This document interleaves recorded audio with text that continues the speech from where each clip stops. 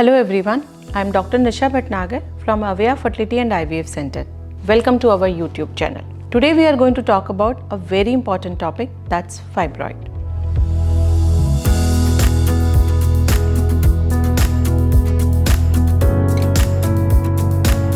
So let me begin with what are fibroids. Fibroids are smooth muscle tumor. Uterus has a tendency to grow multiple times its size. Usually the size of the uterus is like a closed fist. Around 50 grams of weight is there in the uterus.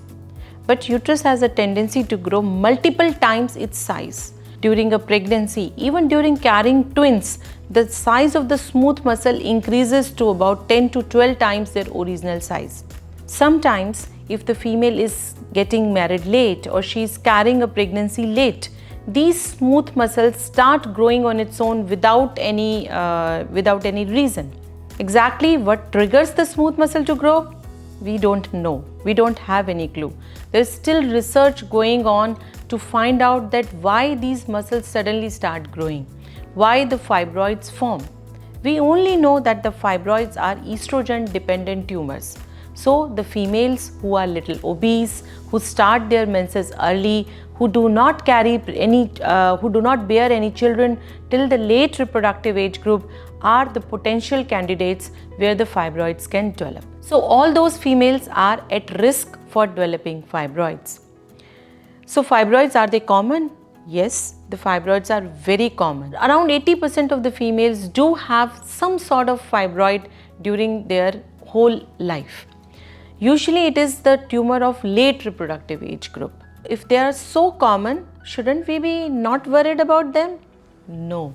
The answer is no. Fibroids are simple smooth muscle tumors, but they do have potential to turn into malignancy.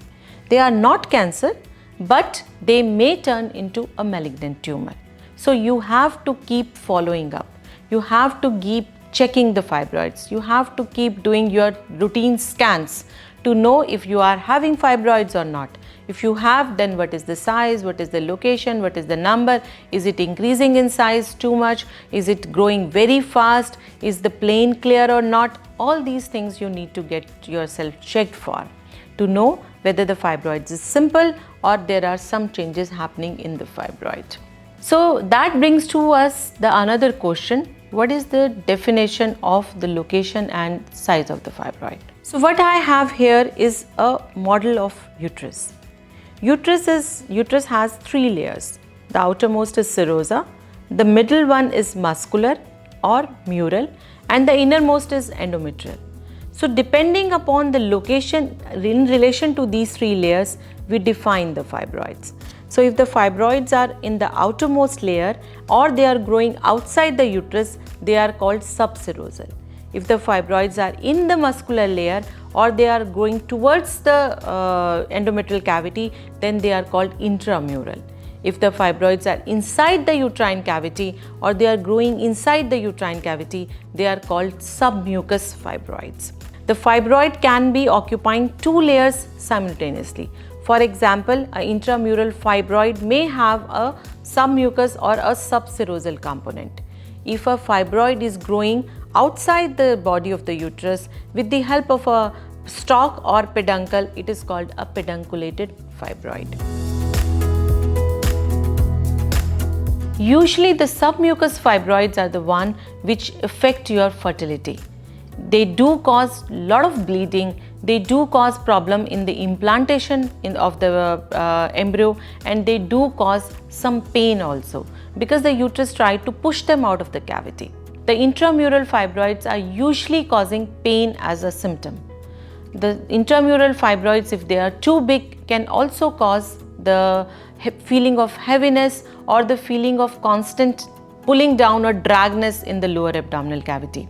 If the fibroids are impinging on the bladder, they may cause problems in urination.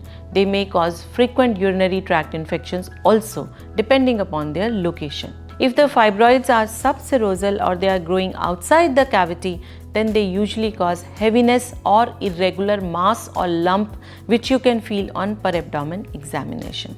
So depending upon the symptoms, you can know that where the fibroids is exactly located. So how do I diagnose that I have fibroid? How do you diagnose that you have fibroid? So the simplest thing you can do is go and visit your gynecologist. She will do a simple examination, upper vaginal examination, and she can tell you whether you have a fibroid or not. But this is not confirmatory. She can write down an ultrasound for you, which is more confirmatory. When you get a transvaginal ultrasound done, you can exactly know how many fibroids you have, what is the location of those fibroids, what is the size of those fibroids, what is their relationship to each other, whether they need to be removed or they can be left alone. So a simple transvaginal examination gives you a lot of information about fibroids. If you have too many fibroids, you can even do a 3D mapping. With the help of a 3D mapping, you can know the exact size, shape, location, number, vascularity, everything about the fibroids. You can also get a MRI or a CT scan done, which is more confirmatory and gives you the exact location and size. It can also diagnose if there are some changes happening inside the fibroid, like for example degenerative changes or some cancerous changes are happening it or not. So if you want to get a confirmation done, go and meet your doctor. The first thing you have to do. Once you are diagnosed that you have fibroids, then comes management. How to treat those? So let me tell you one thing, if the fibroid is not troubling you, if it's a very small fibroid and you are already past your reproductive age group and it is not affecting your fertility and it is not causing any symptoms, then you can just leave the fibroid and you just need to do a follow-up checkup, follow-up examination to see if there are some changes happening in the fibroid or not. But if it is symptomatic, if it is causing problem for you, then it needs to be removed. A fibroid can be removed hysteroscopically. If it is a submucosal fibroid, you just need to put a small hysteroscope inside and you can resect the fibroid. If it is a huge fibroid and it needs to be removed, you can do a laparoscopy combined with hysteroscopy. Most of the fibroids can be removed laparoscopically or along with hysteroscopically. You don't need to remove the uterus completely. You can just remove the fibroid. That is called a myomectomy, which can be done laparoscopically or hysteroscopically or in a laparotomy. That means opening the abdominal cavity and removing the fibroid. If the fibroid is too big or there are too many multiple fibroids, or especially if you don't desire the fertility part, your reproductive part is over, then you can remove the uterus completely. That is called hysterectomy. But all those who have no symptoms or nothing, they don't need to remove the uterus. This brings me to another question, that can you get pregnant with fibroid? The answer depends upon the size and number and location of the fibroid. If, again, I told you as earlier, if the fibroid is not occupying the cavity, if it is not a submucosal fibroid, if it is some subserosal fibroid, it is not affecting your fertility, you can get pregnant with the fibroid as well. If it is affecting the cavity, if it is inside the cavity, it is distorting the uterus, it is distorting the shape and size of the uterus, then you need to remove it to get pregnant. The textbook says that any fibroid which is more than 5 cm in size needs to be removed. However, there are other possible treatments of fibroid also. For example, the doctor may put you on simple OC pills, which may not remove the fibroid completely, but definitely shrinks the fibroid. The doctor may give you some agonist injections, which can again shrink the size of the fibroid. It decreases the vascularity of the fibroid. The doctor may tell you to go for a uterine artery embolism, which the fibroid needs the blood supply to grow. When we do uterine artery embolism, we embolize the uterine artery, which is supplying the blood to the fibroid. So if the blood supply is cut, the fibroid degenerates and usually sloughs off. Again, there is a treatment called radiofrequency ablation. With radiofrequency ablation, we can just, with the help of laser, we can cause the degeneration of the fibroid.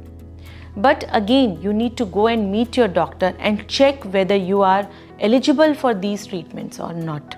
Especially if you are desiring in fertility, if you want to preserve your uterus, these may not be the treatment of choice for you. So the most important thing you need to do is go and meet your doctor. Take an opinion from your doctor. What is the size of the fibroid, location of the fibroid, mapping of the fibroid, number of the fibroid, blood supply of the fibroid, and then decide the further course of treatment.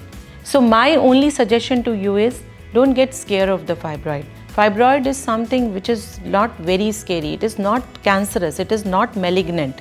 Though it has the potential, but it is not cancerous or malignant as of now. Go and meet your doctor, take an opinion, get an ultrasound done, start your treatment. If you want to get more information regarding fibroid or any of the advanced treatment which are possible, please try to contact us on the given numbers below. Happy to help. Thank you so much.